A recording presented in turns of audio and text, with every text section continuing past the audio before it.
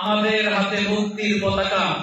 আলহামদুলিল্লাহি রাব্বিল আলামিন, ওয়াসসালাতু ওয়াসসালামু আলা সাইয়্যিদিল আউওয়ালিন ওয়াল আখিরিন মুহাম্মাদুন খাতামান নাবিয়্যিন ওয়া আলা আলিহি ওয়া সাহবিহি আজমাইন।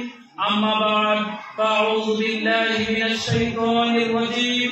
বিসমিল্লাহির রাহমানির রহিম।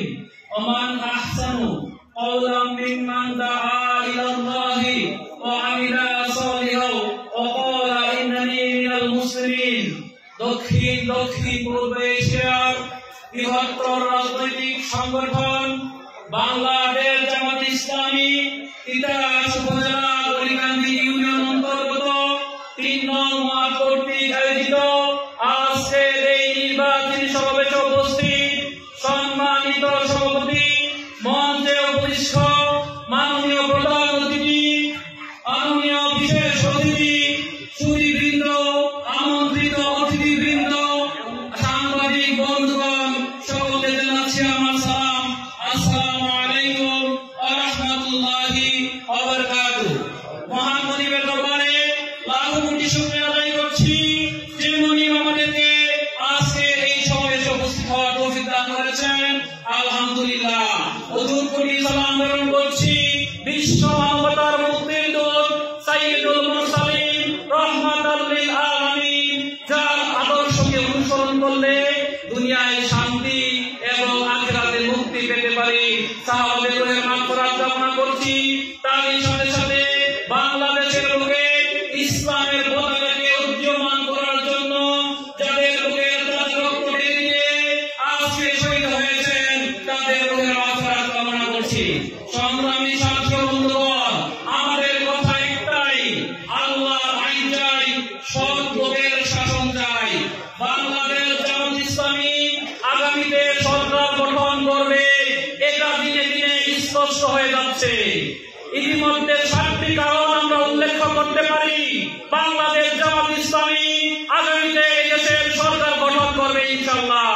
যদি 1 নম্বর কারণ হিসেবে বলতে চাই, আপনারা দেখেছেন ইতিমধ্যে কূটনীতি পাড়ায় দৌড়ঝাঁপ শুরু হয়ে গিয়েছে। বিশ্বের যত রাষ্ট্রদূতরা আছে সকলেই আজ বাংলাদেশ জামাত ইসলামীর কাছে যোগাযোগ করছেন। তারা জানতে চাচ্ছেন বাংলাদেশ জামাত ইসলামী ক্ষমতায় গেলে কিভাবে রাষ্ট্র চালাবেন, নারীদের ব্যাপারে সিদ্ধান্ত কি, অর্থনীতি কেমন হবে, ব্যবসা বাণিজ্য কেমন হবে। তারা বাংলাদেশ জামাত ইসলামীর সাথে বারবার যোগাযোগ করছে। এটা তারা প্রমাণ হয়, তারা বুঝতে পেরেছে এদেশে আগামীতে রাষ্ট্র ক্ষমতায় জামাত আসছে। সম্মানিত বন্ধুগণ, দ্বিতীয় যে বিষয়টি লক্ষণটি স্পষ্ট হয়েছে সেটি হল বাংলাদেশ জামাত ইসলামী একটি সুশৃঙ্খল দল। বাংলাদেশ জামাত ইসলামী 300 আসনে মনোনয়ন দিয়েছে প্রাথমিকভাবে, একটা আসনে কোনো গন্ডগোল আমরা লক্ষ্য করিনি। কিন্তু ইতিমধ্যে আপনারা লক্ষ্য করেছেন একটা বড় দল যখন 237টি আসনে মনোনয়ন দিল তখন দ্বিতীয় বিশ্বযুদ্ধ শুরু হয়েছে। তারা নিজের দলকে শৃঙ্খলা রাখতে পারে না, বন্ধ করতে পারে না। একটা সুশৃঙ্খল দল ছাড়া বর্তমান সময়ে কারো পক্ষে ক্ষমতা আসা সম্ভব নয়। তৃতীয় যে লক্ষণটি আমরা খেয়াল করছি, বাংলাদেশের মানুষ পরিবর্তন চায়, বাংলাদেশের মানুষ নতুন কিছু দেখতে চায়। এদেশের মানুষ আজ ঘোষণা করছে সকল দলকে দেখা শেষ, বাংলাদেশ জামাত ইসলামী আগামী দিনের বাংলাদেশ। এদেশের মানুষ আজ সন্ত্রাসী, চাঁদাবাজি, টেন্ডারবাজি, দুর্নীতিবাজ, বিচার বাণিজ্য, ঘুষ, বাবু সিন্ডিকেট, অপরাজনীতি, মাদক থেকে শুরু করে সমাজে যতগুলো অপকর্ম চলছে এবং সামনে কারা আসলে এইগুলোকে দূর করতে পারবে এটা জনগণের মাঝে স্পষ্ট হয়ে গেছে। সেটা হলো বাংলাদেশ জামাত ইসলামী। বাংলাদেশ জামাত ইসলামী পারে একমাত্র সন্ত্রাস মুক্ত, চাঁদাবাজ মুক্ত, দারিদ্র মুক্ত দেশ গড়বে। চতুর্থ যে লক্ষণটি আমরা ইতিমধ্যে দেখতে পাচ্ছি সেটি হল 5ই আগস্টের নির্ধারিত করা দিয়েছে। এদেশের মানুষ তা নিজ চোখে দেখেছে।